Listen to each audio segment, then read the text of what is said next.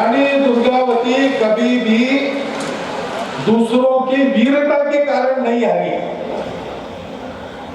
उनका विश्वासघात हुआ।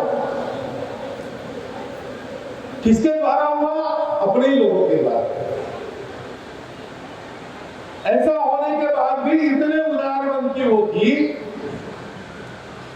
कि उन्होंने बने तक सबको क्षमा किया, हद से पार हो गई बात तब कुछ सजा दी। लेकिन जहां अपने लोगों की गलतियां है, स्वार्थ है, गद्दारी है, उसमें भी उन्होंने ख्याल रखा कि अपना व्यक्ति है,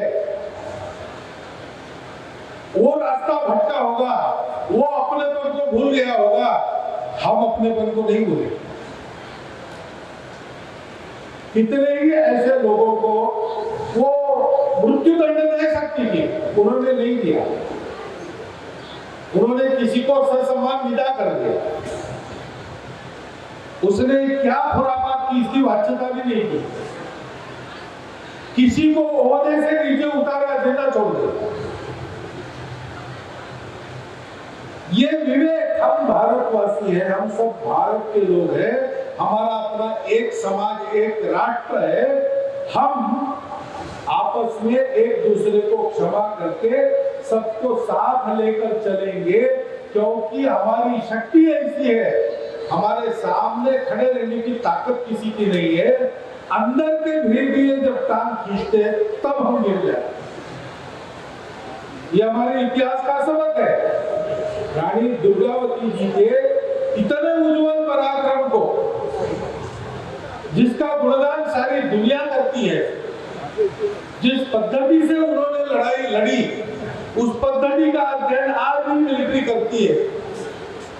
जिस प्रकार का पराक्रम, शौर्य उन्होंने दिखाया, अंतिम क्षण तक उस वीरता का स्मरण करके, उस वीरता के वर्णन पढ़ के रोमांच खड़े हो जाते हैं, मुर्दा दिल में जोश संचार होता है। ऐसा उनका चरित्र है। और केवल शौर्य पराक्रम नहीं, उन्होंने राज्य का पालन किया, प्रजा का पालन किया। उनकी राज्य व्यवस्था भी एक अत्यंत अच्छी राज्य व्यवस्था थी, उत्कृष्ट थी, उदाहरण स्वरूप थी। उनके कारकिर्द में गोंडवाना एक समृद्ध साम्राज्य था।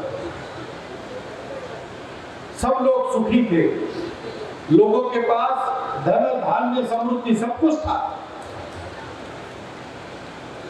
इतना बड़ा साम्राज्य, पति के बाद अकेली महिला संभाले, अपने नवजात को राजा बनाकर वो राज्य देखे। कितना उत्तम प्रशासन उन्होंने किया। कहीं कोई कमी होगी तो उसको पूर्ण करने के लिए प्रयास किया।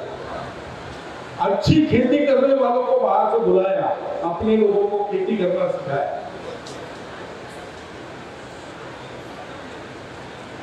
बाहर से अच्छे कवि, विचारक, भाषाओं के तज्ञ, साहित्यिक ऐसे लोगों को बुलाया, विद्वानों को सम्मानित किया, अपने यहाँ पर लोगों का ज्ञान बढ़ाने के लिए उनको यहाँ स्थापित किया। इस प्रकार का एक उत्तम प्रशासन जो सीधा अपने प्रजा के, सामान्य आदमी के हृदय को स्पर्श करता हो और साथ में सब प्रकार की समृद्धि लाता हो, न्याय का साम्राज्य प्रस्थापित करता हो, ऐसा उत्कृष्ट प्रशासन दिया। और सबके प्रति वो प्रशासन समुद्र था।